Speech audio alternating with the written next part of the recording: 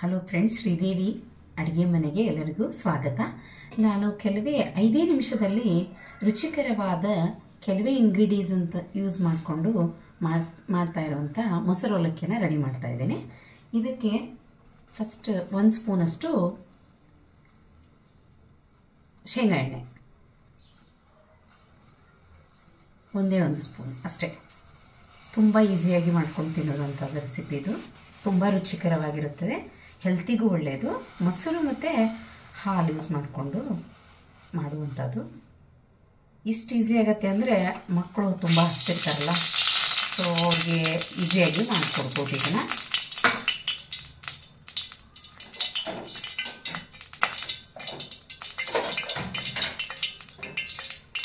ಸ್ವಲ್ಪ ಜೀರಿಗೆ, ಸಾಸಿವೆ, ಸ್ವಲ್ಪ ಅಂದರೆ ಸ್ವಲ್ಪ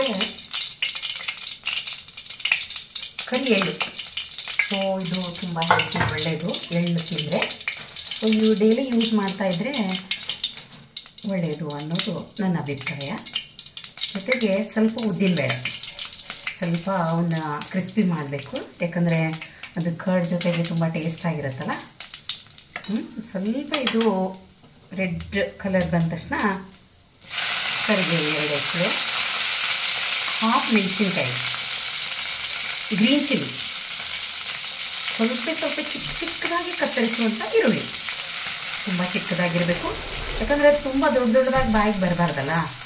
ಸೊ ಹಾಗಾಗಿ ತುಂಬ ಚಿಕ್ಕದಾಗಿ ಕಟ್ ಮಾಡಿರಬೇಕು. ಸೊ ತುಂಬ ರುಚಿ ಅನಿಸುತ್ತೆ ಅದನ್ನು ರುಚಿ ಸರಿಯಾದ. ಇಷ್ಟೇ ನೋಡಿ friends, finish. So simple, easy. 5 ಸಣ್ಣ ಮಕ್ಕಳು ಕೂಡ ಮಾಡ್ಕೋಬೋದು, ಅಷ್ಟು ಈಸಿಯಾಗಿದೆ. ಎಲ್ಲರೂ ಖುಷಿಯಾಗಿ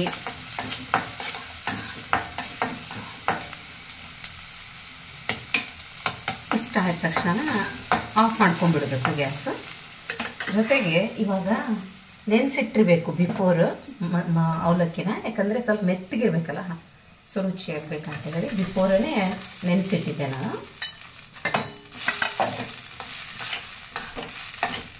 ಆಮೇಲೆ ಮೊದಲೇ ಹಾಲು ಕಾಸಿಟ್ಟು ಸ್ವಲ್ಪ ಕೆನೆ ಮೊಸರು ಥರ ಇದ್ದರೆ ತುಂಬ ಚೆನ್ನಾಗಿರುತ್ತೆ. ಹೀಗೆ ಕೈಲೇ ಕಲಿಸ್ಕೊಂಡ್ಬಿಡ್ಬೇಕು, ಯಾಕಂದರೆ ಚೆನ್ನಾಗಿ ಮಿಕ್ಸ್ ಆಗಬೇಕಲ್ಲ. ಸೊ ಜೊತೆಗೆ ಇದಕ್ಕೆ ಸ್ವಲ್ಪ ಇಂಗು, ಒಗ್ಗರಣೆಲ್ಲೂ ಹಾಕ್ಬೋದು, ಅದ್ರ ಫ್ಲೇವರ್ ಬರಲ್ಲ. ಸ್ವಲ್ಪ ಮೇಲೆ, ತುಂಬ ಎಲ್ಲ, ಜಸ್ಟ್ ಸ್ವಲ್ಪ ಚಿಟಿಕೆ ಅಷ್ಟು. ಆಮೇಲೆ ರುಚಿಗೆ ತಕ್ಕಷ್ಟು ಉಪ್ಪು.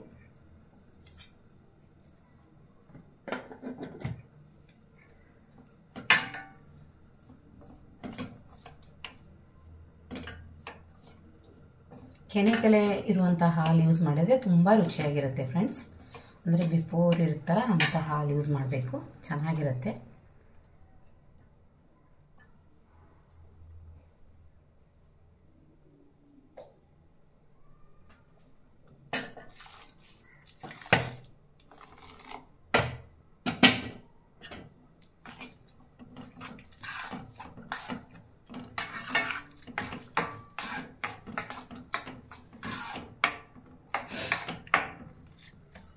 ಸ್ವಲ್ಪ ಆರಿರಬೇಕು. ಆಮೇಲೆ ಏನು ಮಾಡಿ, ಇವಾಗ ಆರಿದೆ, ತಣ್ಣಗಾಗಿದೆ.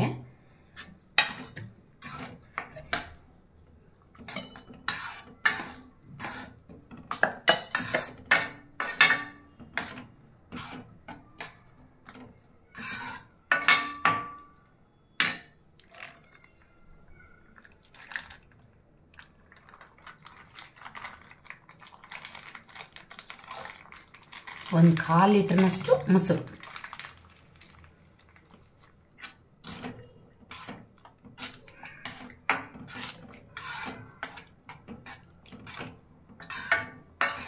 ನೋಡಿ ಫ್ರೆಂಡ್ಸ್, 10 ನಿಮಿಷದಲ್ಲಿ ರೆಡಿ ಆಯಿತು.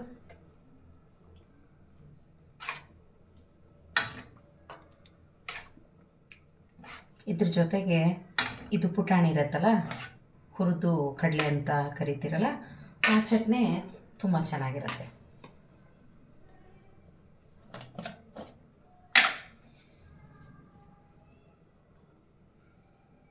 ನೋಡಿ ಫ್ರೆಂಡ್ಸ್, ರೆಡಿ. 5 ನಿಮಿಷ ಬೇಕಾಯಿತು. ನೀವು ಮನೆಯಲ್ಲಿ ಮಾಡಿಕೊಂಡು ರುಚಿ ನೋಡಿ. Thank you.